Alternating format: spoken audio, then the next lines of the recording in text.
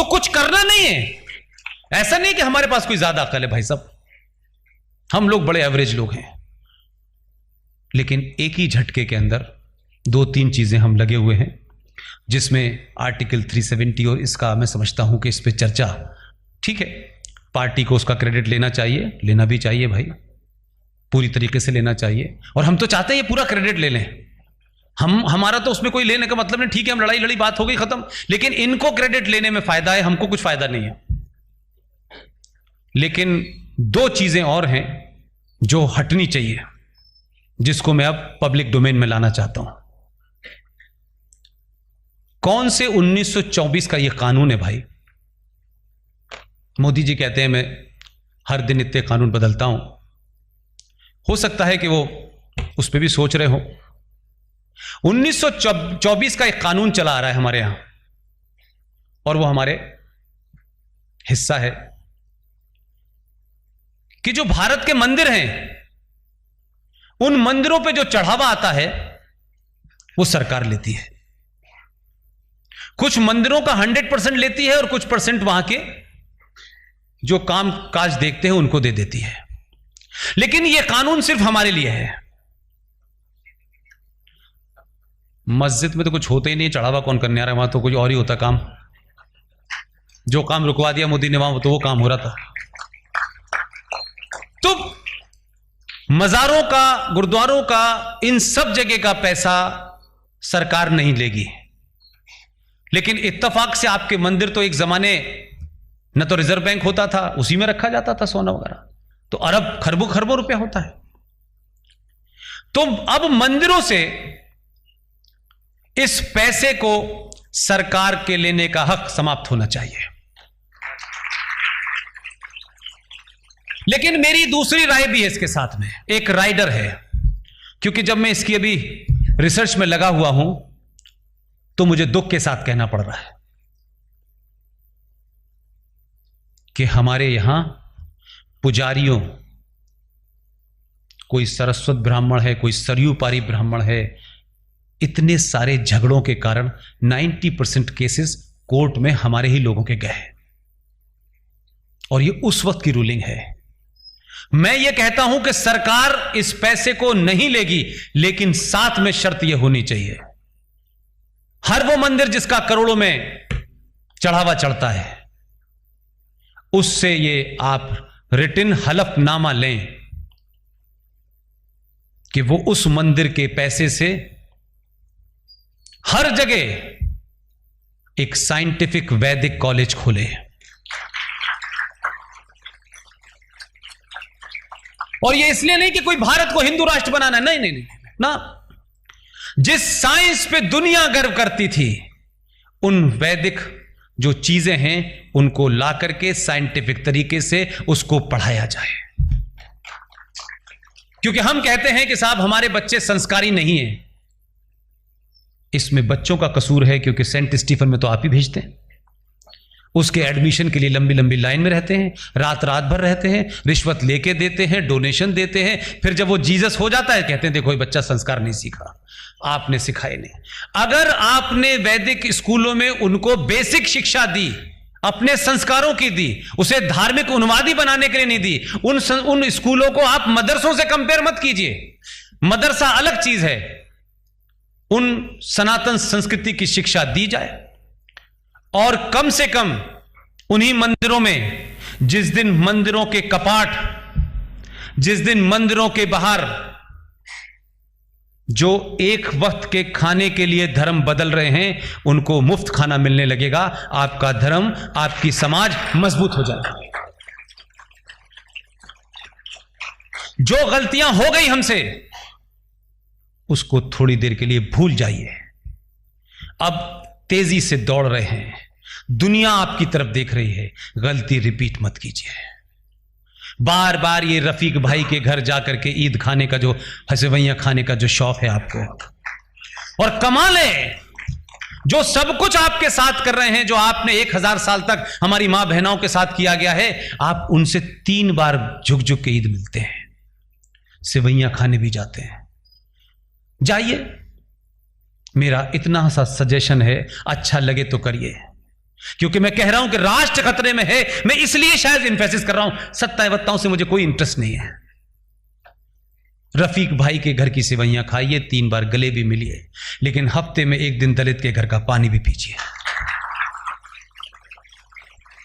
आप सोचिए कि आप कहां से निकल के आए हैं, कितनी मुश्किलों से आपको एक होप जगी है। इसलिए मैंने अपनी स्पीच में पहली बार पहला शब्द इस्तेमाल किया कि 370 और 35A की व्याख्या होती रहेगी, ये हुआ वो हुआ, कोई पटेल कहेगा। मैं अभी भी कहता हूं, जो लोग डरे हुए हैं, जो मुल्क कांप रहा है, जो 35 करोड़ खामोशी में आ गए हैं, रोजे के मोड में चले गए हैं, इसलिए चले गए हैं, उनको इस बात की उम्मीद नहीं थी कि एक कायर कम्युनिटी का आदमी, जिनको हमने इतने लंबे सख्त गुलाम बनाया था, ये आएगा और जो हमने इस्लामिक स्टेट खड़ी की थी संवैधानिक तौर पे, राजनीतिक तौर पे, वैधानिक तौर पे, उसको ये एक ही झटके में समाप्त कर देगा। ये डर है उनके अंदर, इसलिए जोर जोर से चिल्ला रहे हैं कि इंटरनेट नहीं है, इंटरनेट नहीं है। 1400 साल पहले इंटरनेट नहीं था, तब भी तुम पत्थर मारते थे। और जब इंटरनेट नहीं था, 1990 में तो इंटरनेट नहीं था ना, तब कौन सा नेट था कि जिसके चलते आपने मस्जिदों का सहारा लिया, रात रात भर अजानें दी, आपने हिंदू पंडितों के नाम निकाले और कहा, नारे लगाए आपने कि हमें कश्मीर चाहिए, हिंदू मर्द पंडित के बगैर और हिंदू पंडित औरत के साथ। आपने ये नारे लगाए। तब तो इंटरनेट नहीं था। तब वो कौन सा सिस्टम था कि पूरे वैली की हर मस्जिद से एक ही आवाज आती थी, ला शिरकिया, ला शिरकिया, ला इलाहा इल्लल्लाह, पाकिस्तान से रिश्ता क्या, ला इलाहा इल्लल्लाह। तब ये कौन सा इंटरनेट था भाई? तो जिनको 90 में बगैर इंटरनेट के उन्होंने 5.5 लाख लोगों को अपनी जमीन से बेघर कर दिया, और एक इस जम्मू कश्मीर के अंदर इतनी बड़ी घटना है। आपके आदमी ने तो 2002 में ना तो ऑर्डर दिया, ना अपना रोल कुछ ऐसा किया, लेकिन इस सब के बावजूद उस पर आरोप है, और उस वक्त की सत्ता और व्यवस्थाओं और न्यायपालिका के सामने वो हाजिर हुआ। इस सब के बावजूद भी कि दिल्ली की सरकार भी उसकी नहीं थी और सुप्रीम कोर्ट में भी डरने वाले लोग नहीं थे, तब भी फंसा नहीं पाए। लेकिन मैं दोनों का कंपैरिजन कर रहा हूं। अगर 2002 में मुख्यमंत्री के ऊपर मुकदमा चल सकता है, मुकदमा के लेकर के तमाम सवाल उठ सकते हैं, उस पर सीबीआई जांच कर सकती है, उसको इंटरोगेट कर सकती है, तो 1990 में जो मुख्यमंत्री था कश्मीर का, वो तो खुलेआम घूम रहा है भाई। उसको इंटरोगेट क्यों नहीं किया जा सकता? 5.5 लाख कश्मीरी हिंदू पंडितों को घर से निकालने, उनकी हत्या करने, उनके वारिस मौजूद हैं, भाई बहन मौजूद हैं, जिन्होंने हत्याएं की हैं वो मौजूद हैं। क्यों नहीं ये डिमांड उठनी चाहिए? यस सर, कि दुनिया में इतने बड़ा जिनोसाइड हुआ, नाजी के जमाने हुआ, तब भी कमीशन बना यार, ये तो उससे बड़ा था। क्या जम्मू कश्मीर में ट्राइब्यूनल नहीं बनना चाहिए जिसको संवैधानिक दर्जा प्राप्त हो, जो तमाम क्रिमिनल खुले घूम रहे हैं? क्योंकि इतनी बड़ी लिंचिंग के बाद भी पूरे जम्मू कश्मीर में एक कंप्लेन तक नहीं किसी ने की है कि आखिर इन लोगों को किसने मारा। टेलीविजन पे बयान दे रहा है यासीन मलिक, 4 एयरफोर्स के लोगों को मारा, खुला घूम रहा है। दिल्ली की सरकारें सोच रही क्या फर्क पड़ता है। हम इतने बौने और कमजोर हो गए थे, लिहाजा यह सरकार 31 अक्टूबर को सरदार पटेल के बर्थडे पे, जिस दिन लेफ्टिनेंट गवर्नर बने, मैं देश में, भले ही मेरी बात न सुने, ये तीनों लोग मेरी बात पहुंचाएं, इनकी मर्जी है, मैं तो इन चारों पे दबाव नहीं डाल सकता। इनके सामने जरूर कह रहा हूं कि कुछ मेरे शब्द इस्तेमाल करके ये आगे पहुंचा दें, लेकिन अगर नहीं पहुंचाए तो मैं पूरे देश में बवाल खड़ा करूंगा, ये ध्यान रखिएगा।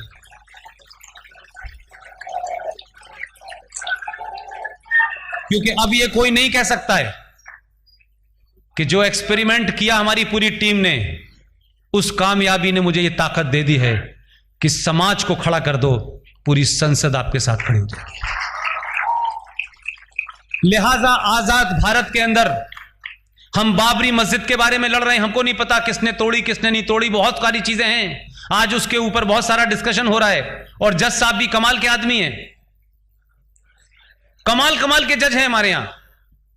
भगवान रामचंद्र जी का वजूद था या नहीं था, यह सुनवाई के दरमियान में जज साहब पूछ रहे हैं, उनका अधिकार है। लेकिन मैं जज साहब से पूछ रहा हूं कि उनका वजूद था या नहीं था, यह अगर आपको नहीं पता तो फिर किस बात की रामनवमी की छुट्टी लेते हो? ईमानदार बनो, कहो रामनवमी की छुट्टी हम नहीं ले सकते क्योंकि इनका तो वजूद ही नहीं हमें पता। लेकिन क्या मक्कारी है, यह भी हो रहा है। यह बात आना चाहिए, पब्लिक में नहीं आना चाहिए भाई।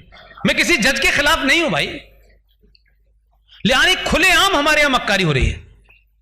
तो जज साहब, आप फैसला दे रहे हैं इतनी पुरानी मस्जिद के बारे में, साक्ष्य जुटाने में परेशान हैं।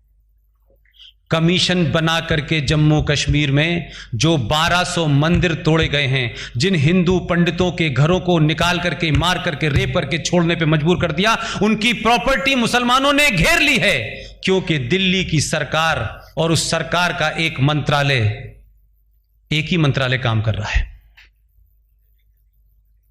31 अक्टूबर के बाद जम्मू कश्मीर राज्य की इंच इंच जमीन आपके राज्य के आदमी जो कि गृह मंत्री है उसके अंडर में आ जाएगी।